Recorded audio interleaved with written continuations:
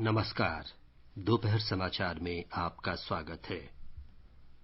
प्रधानमंत्री नरेंद्र मोदी आज तीसरे अमेरिका भारत नीतिगत साझेदारी फोरम के शिखर सम्मेलन को संबोधित करेंगे। रक्षा मंत्री राजनाथ सिंह शंघाई सहयोग संगठन के रक्षा मंत्रियों के सम्मेलन में हिस्सा लेने के लिए रूस पहुंचे।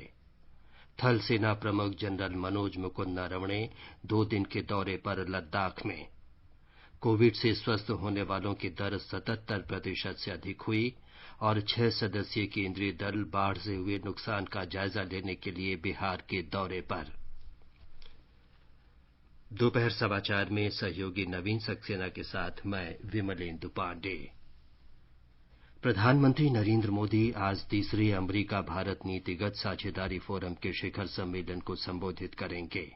सम्मेलन में व्यापार सहित कई क्षेत्रों में सहयोग और विश्व की सप्लाई चेन प्रणाली के बारे में विचार किया जा रहा है। विश्व सप्लाई चेन में भारत की स्थिति महत्वपूर्ण है। इस 5 दिवसीय शिखर सम्मेलन में शीर्ष स्तर के राजनीतिज्ञ, वरिष्ठ सरकारी अधिकारी, व्यापार जगत से जुड़े व्यक्ति विशेष भाग ले रहे हैं। इस शिखर सम्मेलन का विषय है US India week navigating new challenges. इसमें कई विषय शामिल किए गए हैं, जैसे एक वैश्विक विनिर्माण केंद्र बनने में भारत की संभावनाएं, भारत के गैस बाजार में अवसर, भारत में एफडीआई आकर्षित करने के लिए ईज ऑफ डूइंग बिजनेस, तकनीकी क्षेत्र में समान अवसर और चुनौतियां, भारत प्रशांत क्षेत्र के आर्थिक मुद्दे और सार्वजनिक स्वास्थ्य में नवाचार। अमेरिका भारत सामरिक साझेदारी फोरम USISPF एक गैर लाभकारी संगठन है जो भारत और अमेरिका के बीच साझेदारी के लिए कार्य करता है। अनुपम मिश्र, आकाशवाणी समाचार, दिल्ली। रक्षा मंत्री राजनाथ सिंह शंघाई सहयोग संगठन के रक्षा मंत्रियों के सम्मेलन में हिस्सा लेने के लिए रूस की राजधानी मॉस्को पहुंच गए हैं। इस सम्मेलन में कल संगठन के सभी 8 सदस्य देशों के रक्षा मंत्री आतंकवाद और उग्रवाद से निपटने के तौर तरीकों सहित क्षेत्रीय सुरक्षा के बारे में विचार विमर्श करेंगे। श्री राजनाथ सिंह रूस के रक्षा मंत्री जनरल सरगई शोइगु के निमंत्रण पर इस सम्मेलन में भाग लेने गए हैं। 3 दिन की इस यात्रा में वो सामूहिक सुरक्षा संधि संगठन और तत्कालीन सोवियत संघ से अलग हुए स्वतंत्र देशों के राष्ट्रकुल संगठन की बैठक में भी हिस्सा लेंगे। रक्षा मंत्री ने एक ट्वीट संदेश में कहा कि वो रूस के रक्षा मंत्री के साथ द्विपक्षीय सहयोग तथा आपसी हित के मुद्दों पर चर्चा करेंगे। सरकार ने कहा है कि वो संसद के मानसून सत्र में अतारांकित प्रश्नों का उत्तर देने को तैयार है।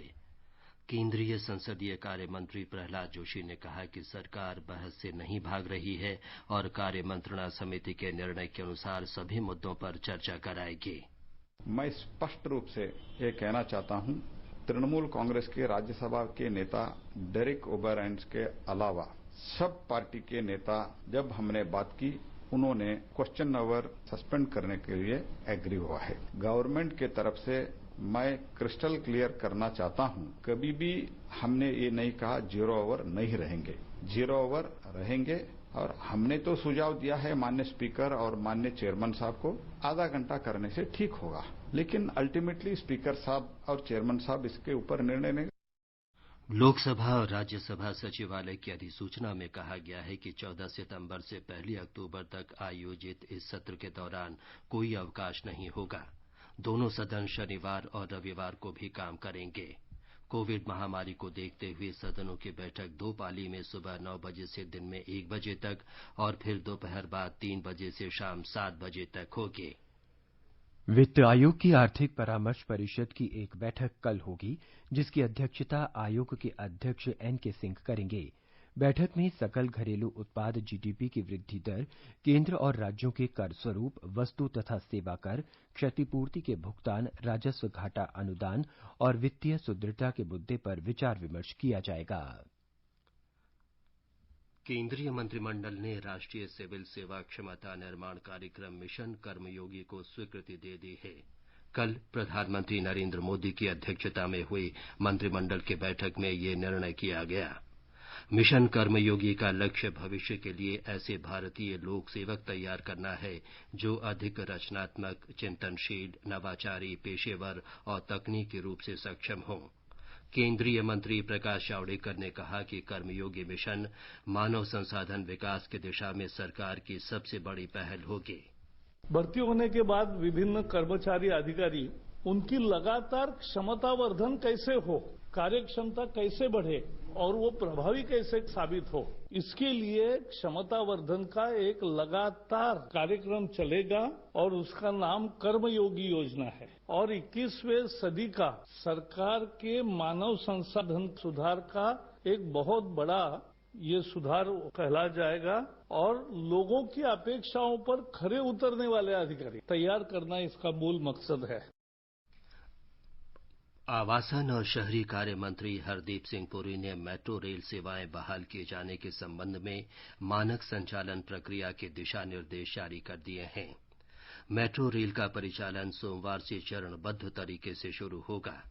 12 सितंबर तक सभी मार्गों पर मेट्रो सेवाएं चालू कर दी जाएंगी। शुरू में मेट्रो सेवाएं कुछ अंतराल पर चलाई जाएंगी, जिन्हें धीरे धीरे बढ़ाते हुए 12 सितंबर तक पूर्ण स्तर तक पहुंचा दिया जाएगा।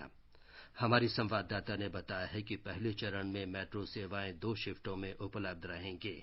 कोरोना नियंत्रण क्षेत्र में स्थित मेट्रो स्टेशनों के प्रवेश और निकास द्वार बंद रहेंगे। नए दिशा निर्देशों के अनुसार सभी यात्रियों और मेट्रो कर्मचारियों के लिए मास्क लगाना अनिवार्य होगा। केवल ऐसे व्यक्तियों को यात्रा की अनुमति होगी जिनमें कोविड का कोई लक्षण नहीं होगा। स्मार्ट कार्ड और कैशलेस या डिजिटल लेन देन को प्रोत्साहित किया जाएगा। सुरक्षित दूरी का पालन कराने के लिए मेट्रो रेल निगम ट्रेनों को कुछ स्टेशनों को छोड़कर आगे बढ़ाने का भी निर्णय कर सकते हैं। यात्रियों को कम से कम सामान लेकर चलने और धातु के सामान साथ न रखने की सलाह दी जाएगी ताकि स्टेशनों पर जांच में समय कम लगे और असुविधा न हो। इन दिशा निर्देशों के आधार पर दिल्ली, नोएडा, चेन्नई, कोच्चि, बेंगलुरु, मुंबई लाइन 1, जयपुर, हैदराबाद, महामेट्रो नागपुर, कोलकाता, गुजरात और यूपी मेट्रो लखनऊ ने अपनी अपनी मानक संचालन प्रक्रियाएं तैयार कर ली हैं। समाचार कक्ष से चंद्रशेखर शर्मा। एक भारत श्रेष्ठ भारत श्रृंखला के अंतर्गत आज हम ओडिशा की एक विशेष कहानी प्रस्तुत कर रहे हैं। प्रधानमंत्री नरेंद्र मोदी की एक भारत श्रेष्ठ भारत की परिकल्पना का उद्देश्य भारत की एकता और अखंडता को सुदृढ़ करना है।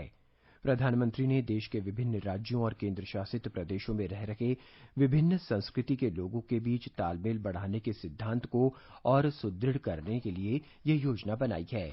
एक भारत श्रेष्ठ भारत सरदार पटेल को श्रद्धांजलि अर्पित करने की केंद्र सरकार की एक पहल है। ये कार्यक्रम देश के विभिन्न भागों के लोगों के बीच वर्तमान सांस्कृतिक संबंधों को और बढ़ावा दे रहा है तथा विभिन्न राज्यों में रह रहे लोगों के बीच आपसी मेलजोल का अवसर प्रदान कर रहा है। कला, संस्कृति और पर्यटन को बढ़ावा देने संबंधी विभिन्न प्रकार के कार्यक्रमों के आयोजन के लिए ओडिशा को महाराष्ट्र के साथ जोड़ा गया है। इससे लोगों को एक दूसरे की संस्कृति, परंपराओं और रीतियों को जानने का अवसर मिल सकेगा। ओडिशा एक शानदार इतिहास और समृद्ध सांस्कृतिक विरासत, कलाकृतियों और प्राचीन गुफाओं, मूर्तियों और मंदिरों के लिए जाना जाता है। कोणार्क का सूर्य मंदिर और पुरी स्थित जगन्नाथ मंदिर विश्व को ओडिशा के गौरवशाली अतीत की स्मृति दिलाता है। ओडिशा और महाराष्ट्र के बीच कई सांस्कृतिक समानताएं हैं। दोनों राज्यों में भोजन, वस्त्र और भाषा में कई समानताएं हैं। नवरंगापुर के जिला वन अधिकारी धनजी गुनाजी रायसो, जो मूलतः मराठी हैं और ओडिशा में रहते हैं, उन्होंने कहा, पुरुष लोग हैं यहाँ पे धोती पहनते हैं, कुर्ता पहनते हैं। सिमिलरली महाराष्ट्र में भी लोग धोती पहनते हैं, कुर्ता पहनते हैं। जैसे यहाँ पे हार्वेस्ट जो है कि नुआखाई का एक बहुत अच्छा फेस्टिवल होता है, वैसे महाराष्ट्र में उसी समय पे गणेश चतुर्थी होता है। गणेश पूजा वहाँ पे भी होता है, गणेश पूजा यहाँ पे भी होता है। तो सोशो इकोनॉमिकली रूरल सेटिंग से लेके कल्चर से लेके पोशाक से लेके खान पान से लेके बहुत सारे सिमिलरिटी है। तो उड़ीसा में जब भी काम करते हैं तो ऐसा लगता है कि हम अपने ही घर में काम कर रहे हैं। It's like a second home. हम ट्रू सेंस से कह सकते हैं कि एक भारत श्रेष्ठ भारत का जो हमारा अभियान है वो सही में एक बहुत मायने रखता है। निश्चित रूप से ये पहल दोनों राज्यों के बीच समझ और संबंध को बढ़ाएगी, जिससे भारत की एकता और अखंडता सुदृढ़ होगी। कटक से तपन महाराणा की रिपोर्ट के साथ समाचार कक्ष से लवली निगम। ये समाचार आकाशवाणी से प्रसारित किए जा रहे हैं। ताजा समाचार जानने के लिए आप हमारे Twitter handle @AIR News Hindi को फॉलो कर सकते हैं। ये आकाशवाणी है। थलसेना प्रमुख जनरल मनोज मुकुंद नरवणे लद्दाख के 2 दिन के दौरे पर आज लेह पहुंचे। पूर्वी लद्दाख में पेंगोंग झील के दक्षिणी किनारे पर चीन की सेना के साथ भारतीय सेना की ताजा झड़प के बाद सेना प्रमुख वहां गए हैं। 29 और 30 अगस्त की रात को भारतीय सेना ने चीन की सेना की घुसपैठ की कोशिश को विफल कर दिया था। इस घटना के बाद दोनों देशों के बीच चुशुल सीमा पर 31 अगस्त से 3 दिन तक ब्रिगेडियर स्तर की बातचीत हुई। इस मुद्दे का समाधान कर पूर्वी लद्दाख क्षेत्र में शांति बहाल करने के प्रयास जारी हैं। इस घटना के मद्देनजर जनरल नरवणे का ये दौरा बहुत महत्वपूर्ण माना जा रहा है। वो लेह पहुंचने के तुरंत बाद अग्रिम चौकियों पर गए। वो वहां मौजूद सुरक्षा बलों के साथ तैयारियों की समीक्षा करेंगे। बाद में वो लेह मुख्यालय जाएंगे, जहां उन्हें स्थिति की जानकारी दी जाएगी। अग्रिम चौकियों के दौरे के दौरान 14वीं कोर के GOC lieutenant general Harinder Singh भी जनरल नरवणे के साथ हैं। सरकार ने देश की संप्रभुता, अखंडता, सुरक्षा और सार्वजनिक व्यवस्था को ध्यान में रखते हुए PUBG समेत 118 मोबाइल ऐप पर रोक लगा दी है। इससे मोबाइल और इंटरनेट का इस्तेमाल करने वाले देश के करोड़ों लोगों के हितों की रक्षा होगी। ये कदम भारतीय साइबर क्षेत्र की सुरक्षा, संरक्षा और संप्रभुता सुनिश्चित करने के लिए उठाया गया है। इलेक्ट्रॉनिकी और सूचना प्रौद्योगिकी मंत्रालय ने इन ऐप पर प्रतिबंध लगाने का फैसला विभिन्न सूत्रों से इनके बारे में डेटा चोरी की शिकायतें मिलने के बाद किया है। मंत्रालय ने कहा है कि ये बेहद गंभीर मामला था, जिस पर ध्यान देने और तत्काल उपाय करने की आवश्यकता थी। रक्षा विशेषज्ञ और सोसाइटी फॉर पॉलिसी स्टडीज के निदेशक C. उदय भास्कर ने लद्दाख के दक्षिणी पैंगोंग झील क्षेत्र में चीन की सेना की उकसाने वाली कार्रवाई पर भारतीय सेना के जवाब को बहुत ही पेशेवर बताया है। उन्होंने भारत की सशक्त राजनीतिक इच्छा शक्ति की सराहना करते हुए चीन के 118 से अधिक ऐप पर रोक लगाने के निर्णय का भी स्वागत किया। भारत की तरफ से ये जो पहल है चीन के अप्लायंसेस को बैन करना और खास PUBG जैसे जो अप्लायंस है, ये एक बहुत सख्त कदम है और काफी चतुराई के साथ भारत ने ये पहल किया है। कारण ये क्योंकि ग्लोबलाइजेशन के आधारित चीन के तकनीकी कंपनी खास जो साइबर और एंटरटेनमेंट के दुनिया में जो वो आगे बढ़ रहे हैं, उन्होंने बहुत फायदा प्राप्त किया है। इसमें भारत के जो यूजर्स या जिसको इंस्टॉलेशंस कहते हैं, वो करीब 25% है, यानी कि चौथाई है। तो अगर भारत जैसे देश इसको बैन करेगा तो चीन के ऊपर जरूर असर होगा कि उनके जो पैसा है, उनका जो भंडार है इस क्षेत्र से, वो धीरे धीरे सिकुड़ सकता है। शंघाई सहयोग संगठन SCO भारत को यूरेशिया देशों के साथ फिर से जोड़ने की प्रेरणा प्रदान करने का माध्यम है। इस संगठन के साथ एक दशक से भी लंबे समय का संबंध इस क्षेत्रीय समूह में अधिक सार्थक भूमिका निभाने की भारत की इच्छा को रेखांकित करता है। विदेश मंत्रालय में सचिव विकास स्वरूप ने विश्व मामलों की भारतीय परिषद द्वारा आयोजित एक वेबिनार को संबोधित करते हुए ये बात कही। उन्होंने कहा कि भारत की बढ़ती आर्थिक क्षमता और संस्थागत क्षमता निर्माण में उसका व्यापक अनुभव संगठन की परियोजनाओं में मूल्यवान योगदान दे सकता है। श्री स्वरूप ने बताया कि भारत ने स्टार्टअप और नवाचार के बारे में एक नए SCO विशेष कार्यदल और परंपरागत चिकित्सा में सहयोग के बारे में एक नए उपसमूह के गठन का प्रस्ताव किया है। आगे बढ़ने से पहले मुख्य समाचारों पर एक नजर। प्रधानमंत्री नरेंद्र मोदी आज अमेरिका भारत नीतिगत साझेदारी फोरम के तीसरे शिखर सम्मेलन को संबोधित करेंगे। रक्षा मंत्री राजनाथ सिंह शंघाई सहयोग संगठन के रक्षा मंत्रियों के सम्मेलन में हिस्सा लेने के लिए रूस पहुंचे। थल सेना प्रमुख जनरल मनोज मुकुंद नरवणे 2 दिन के दौरे पर लद्दाख में। कोविड से स्वस्थ होने वालों की दर 77% से अधिक हुई और 6 सदस्यीय केंद्रीय दल बाढ़ से हुए नुकसान का जायजा लेने के लिए बिहार के दौरे पर। All India Radio presents Northeast Diary. Glimpses of the news of the week from the northeastern states. All about the region, a gateway to Southeast Asia, the developments and the destinations to look forward to. News from the art, cultural and entertainment world of the northeastern states of India. All this and more. Every Thursday, 5:30 to 6 p.m. in the evening on 100.1 All India Radio FM News Channel. देश में Covid से स्वस्थ होने की दर बेहतर होकर 77% से अधिक हो गई है। अब तक इस संक्रमण से 30 लाख से अधिक रोगी ठीक हो चुके हैं। पिछले 24 घंटों में 68,584 मरीजों को अस्पताल से छुट्टी दे दी गई। स्वास्थ्य मंत्रालय ने कहा है कि स्वस्थ होने वालों की दर में लगातार सुधार हो रहा है। मंत्रालय ने कहा है कि जुलाई के पहले सप्ताह से अगस्त के अंतिम सप्ताह तक संक्रमण से ठीक होने वालों की संख्या 4 गुना से अधिक हो गई है। जांच, पहचान और उपचार की सरकार की रणनीति के कारण स्वस्थ होने वालों की संख्या बढ़ी है और मृत्यु दर भी कम हुई है। इस समय देश में कोविड मृत्यु दर भी 1.75% है। पिछले 24 घंटों में 83,883 नए रोगी सामने आए। अब तक देश में कुल संक्रमित लोगों की संख्या 38,53,407 तक पहुंच चुकी है। पिछले 24 घंटों में अधिकांश रोगी महाराष्ट्र, आंध्र प्रदेश, कर्नाटक, तमिलनाडु और उत्तर प्रदेश से सामने आए। इस समय देश में 8,15,538 मरीजों का उपचार चल रहा है। पिछले 24 घंटों में 1,043 लोगों की कोविड से मृत्यु हुई। अब तक इस संक्रमण से 67,376 लोगों की मौत हो चुकी है। देश में पिछले 24 घंटे में 11,72,000 से अधिक कोविड नमूनों की जांच की गई।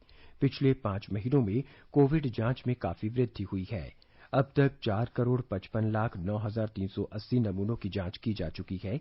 देश में संक्रमण की दर में भी कमी आई है और ये लगभग 8.5% हो गई है। राजस्थान, उत्तर प्रदेश, पंजाब और मध्य प्रदेश में संक्रमण दर 5% से भी कम है। देश में प्रतिदिन की गई जांचों की सप्ताहवार औसत में भी काफी वृद्धि हुई है, जिससे मृत्यु दर बहुत कम हो गई है। गुजरात में अहमदाबाद महानगर निगम द्वारा किए गए सर्वेक्षण में बताया गया है कि कोविड से ठीक हुए लोगों में से करीब 40% लोगों की रोग प्रतिरोधक क्षमता खत्म हो गई है। निगम की विज्ञप्ति के अनुसार इस प्रकार लोगों को अब भी संक्रमण की आशंका है। सर्वेक्षण में कहा गया है कि शहर को अब भी इस संक्रमण से निजात नहीं मिली है। एक रिपोर्ट।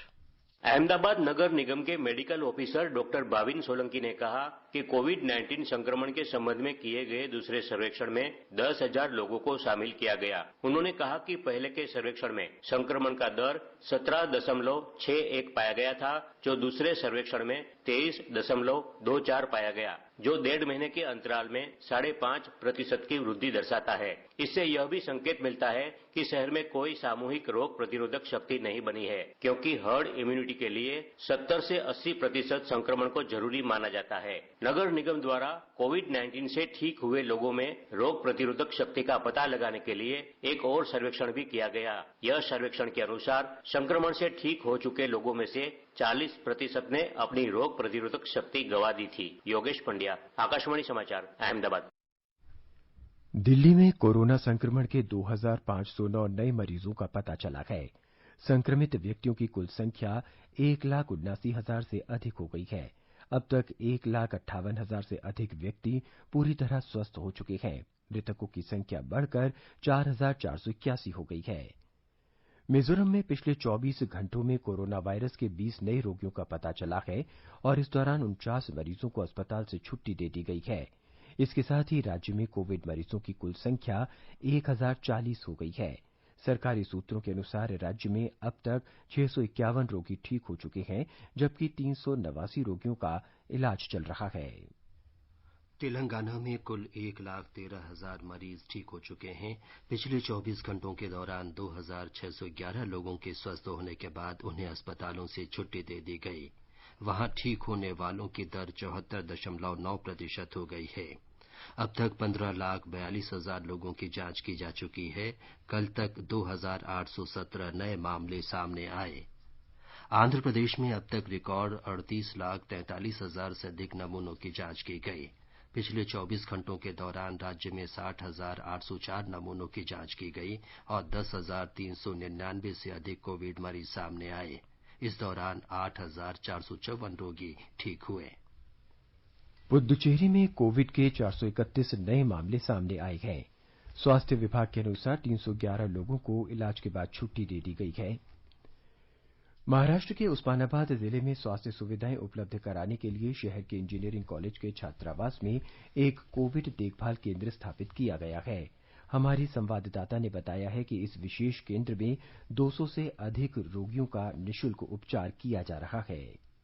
उस्मानाबाद में शुरू कोविड देखभाल केंद्र में नवी मुंबई के तेरना मेडिकल कॉलेज तथा उस्मानाबाद स्थित इंडियन मेडिकल एसोसिएशन के डॉक्टरों द्वारा मरीजों का मुफ्त इलाज किया जाएगा। वहीं सांगली जिले में कोविड मरीजों की बढ़ती संख्या के मद्देनजर अभिभावक मंत्री जयंत पाटिल ने मुंबई से स्वास्थ्य सुविधाएं और जरूरी संसाधन प्रदान करने का आश्वासन दिया है। उन्होंने सांगली के कोविड देखभाल केंद्र को 40 लाइफ सपोर्ट सिस्टम प्रदान करने का भी वादा किया। दूसरी ओर अन्न एवं औषधि प्रशासन ने पुणे संभाग की 4 नई ब्लड बैंकों को प्लाज्मा संकलन करने की अनुमति दे दी है। गौरतलब है कि गंभीर रूप से बीमार कोरोना मरीजों के लिए प्लाज्मा थेरेपी वरदान है। माधुरी पांगे, आकाशवाणी समाचार, मुंबई। आकाशवाणी से विशेषज्ञों की सलाह श्रृंखला में कोविड-19 के बारे में वरिष्ठ चिकित्सकों का परामर्श प्रसारित किया जाता है। नई दिल्ली के अखिल भारतीय आयुर्विज्ञान संस्थान एम्स में मनोरोग विशेषज्ञ डॉक्टर नंद कुमार ने लोगों को घर पर रहने, परिवार के सदस्यों के साथ समय बिताने और योगाभ्यास करने का सुझाव दिया। Stay at home, spend time with the family, do household works, exercise, listen to music, sing with the family, do yoga, meditation and take care of emotional need of the family. AIIMS में संक्रामक रोग विभाग की doctor Anvita Agarwal ने लोगों को लापरवाही न करने और अपने घरों पर रहने की सलाह दी। Coronavirus may be invisible, but the number of people affected are very much visible, and the numbers are increasing from day to day. Don't be negligent. Please stay at home. आत्मनिर्भर भारत श्रृंखला के अंतर्गत आज हम आपको जानकारी दे रहे हैं संक्रमण मुक्त करने वाले उपकरण चक्र डीकोव के बारे में। दिल्ली के भारतीय प्रौद्योगिकी संस्थान ने N95 मास्कों को संक्रमण मुक्त करने के लिए एक उपकरण चक्र डीकोव बनाया है। कैबिनेट के आकार के इस उपकरण का निर्माण नवाचार संक्रमण मुक्ति तंत्र के जरिए किया गया है। इसमें N95 मास्क के छिद्रों को साफ करने के लिए ओजोन गैस का इस्तेमाल किया जाता है और सुनिश्चित किया जाता है कि उसकी परतें पूरी तरह से संक्रमित रहित हो सकें। ओजोन एक प्रभावकारी ऑक्सीकरण गैस है जो वायरस को नष्ट कर देती है। इसके इस्तेमाल से SARS-CoV-2 विषाणु निष्क्रिय हो जाते हैं और बैक्टीरिया का असर 99.99% कम हो जाता है। इससे N95 मास्क को फिर से 10 गुना ज्यादा इस्तेमाल किया जा सकता है। ये समाचार हमारी वेबसाइट newsonair.com/hindi और हमारे mobile app news on AIR पर भी उपलब्ध हैं। दोपहर समाचार में आपका फिर स्वागत है। गृह मंत्रालय में संयुक्त सचिव पीयूष गोयल के नेतृत्व में 6 सदस्यीय केंद्रीय दल बिहार के बाढ़ग्रस्त क्षेत्रों के दौरे पर है। हमारे संवाददाता ने बताया है कि ये दल राज्य में बाढ़ से हुए नुकसान का जायजा ले रहा है। केंद्रीय गृह, कृषि और स्वास्थ्य मंत्रालयों के अधिकारी भी इस दल में शामिल हैं। केंद्रीय टीम बाढ़ प्रभावित इलाकों का दौरा कर नुकसान का आकलन कर रही है। टीम के सदस्य 3 अलग अलग समूहों में बाढ़ से सबसे अधिक प्रभावित जिले दरभंगा, मुजफ्फरपुर और गोपालगंज में इस समय बाढ़ से उत्पन्न हालात की समीक्षा कर रहे हैं। केंद्रीय दल के सदस्यों ने बाढ़ प्रभावित लोगों से मुलाकात की। बाढ़ प्रभावित इलाकों में कोरोना की रोकथाम के बारे में भी अधिकारियों के साथ विचार विमर्श किया। बाढ़ प्रभावित इलाकों का दौरा कर कल केंद्रीय दल राज्य के मुख्य सचिव और आपदा प्रबंधन विभाग के अधिकारियों के साथ समीक्षा बैठक करेगा। इस बीच 16 जिलों के 13,62,000 से अधिक लोग बाढ़ से प्रभावित हुए हैं। NDRF और SDRF की 21 टीम राहत और बचाव कार्य में जुटी हुई है। बाढ़ के कारण 7,50,000 हेक्टेयर क्षेत्र में फैली खरीफ फसल बर्बाद हो गई है। इसके अलावा 4,700 से अधिक ग्रामीण सड़कें टूट गई है। आकाशवाणी समाचार के लिए पटना से कृष्ण कुमार लाल। मध्य प्रदेश सरकार ने बालाघाट और मांडला जिलों में चावल की गुणवत्ता को सुनिश्चित करने के जिम्मेदार नियंत्रकों की सेवाएं समाप्त कर दी हैं। बालाघाट के जिला प्रबंधक को भी निलंबित कर दिया गया है। राज्य सरकार ने जिले के कुछ स्थानों में खराब चावल की आपूर्ति को भी गंभीरता से लिया है। संबंधित चावल मिलों के मालिकों के खिलाफ भी कार्रवाई करते हुए FIR दर्ज की गई है। ब्यौरा हमारे संवाददाता से। मुख्यमंत्री शिवराज सिंह चौहान द्वारा चावल की गुणवत्ता का परीक्षण करने के लिए गठित भारतीय खाद्य निगम और खाद्य और नागरिक आपूर्ति निगम की 51 संयुक्त टीमों ने दोनों जिलों से चावल के 1021 नमूने लिए हैं। प्रारंभिक जांच के परिणाम स्वरूप इनमें से 57 नमूनों को खराब पाया गया है। राज्य सरकार के नियमों के अनुसार मिल संचालक द्वारा दिए गए खराब चावल को वापस कर उसके बदले में मानक गुणवत्ता के चावल प्राप्त करने के निर्देश भी दे दिए गए हैं। मुख्यमंत्री ने स्पष्ट रूप से चेतावनी दी है कि राशन और उर्वरक की अनियमितता और कालाबाजारी में शामिल लोगों को बख्शा नहीं जाएगा और उनके खिलाफ आपराधिक मामला दर्ज कर कड़ी कार्रवाई की जाएगी। संजीव शर्मा, आकाशवाणी समाचार, भोपाल। ओडिशा सरकार ने विश्वविद्यालय अनुदान आयोग से स्नातक और स्नातकोत्तर की अंतिम वर्ष की परीक्षाओं को संपन्न कराने के लिए 30 सितंबर तक की समय सीमा 10 दिन और आगे बढ़ाने का अनुरोध किया है। राज्य के विश्वविद्यालयों के कुलपतियों और स्वायत्त महाविद्यालयों के प्रमुखों की बैठक में 30 सितंबर तक परीक्षा कराने में होने वाली कठिनाइयों पर विचार के बाद आयोग से अनुरोध का निर्णय किया गया है। ओडिशा सरकार ने केंद्र से ओडिसी को शास्त्रीय संगीत का दर्जा देने का अनुरोध किया है। मुख्यमंत्री नवीन पटनायक की अध्यक्षता में कल कैबिनेट की बैठक में यह प्रस्ताव पारित किया गया। ओडिशा सरकार ने 2008 में ही संगीत की इस विधा को शास्त्रीय संगीत के रूप में मान्यता दे दी है। राष्ट्रपिता महात्मा गांधी के विचार दर्शन पर आकाशवाणी एक विशेष श्रृंखला प्रस्तुत कर रहा है। महात्मा गांधी सामुदायिक स्वयंसेवा के मुखर समर्थक थे। उनके आंदोलन और विभिन्न सत्याग्रहों को स्वयंसेवकों का बहुत बड़ा समर्थन हासिल था। राष्ट्रपिता ने कहा था कि सेवा का मंच उतना बड़ा है जितना कि विश्व, वहां कभी भी बहुत भीड़ नहीं होती। एक रिपोर्ट। महात्मा गांधी ने स्वेच्छा से किए गए कार्य को एक धार्मिक गतिविधि के रूप में देखा, जो अपने आध्यात्मिक जीवन और समाज दोनों पर सकारात्मक प्रभाव डालता है। उनका कहना था कि आप जो अपने जीवन में बदलाव लाना चाहते हैं, उसे लेकर आइए। वे इसके माध्यम से स्वयं सेवक और समाज के बीच संबंधों को खूबसूरती से समझाते हैं। गांधी जी ने व्यक्तिगत विकास और अपने आप के जीवन में बदलाव पर बहुत जोर दिया। हालांकि आधुनिक समाज में राज्य की भूमिका का आमतौर पर उन्होंने समर्थन नहीं किया। गांधी जी ने अपने आंदोलनों से जुड़े स्वयं सेवकों को नैतिक व्यवहार के साथ साथ सत्य और अहिंसा का पाठ पढ़ाया। दीपेंद्र कुमार, आकाशवाणी समाचार, दिल्ली। और अब एक नजर देश के विभिन्न भागों में आज के मौसम पर।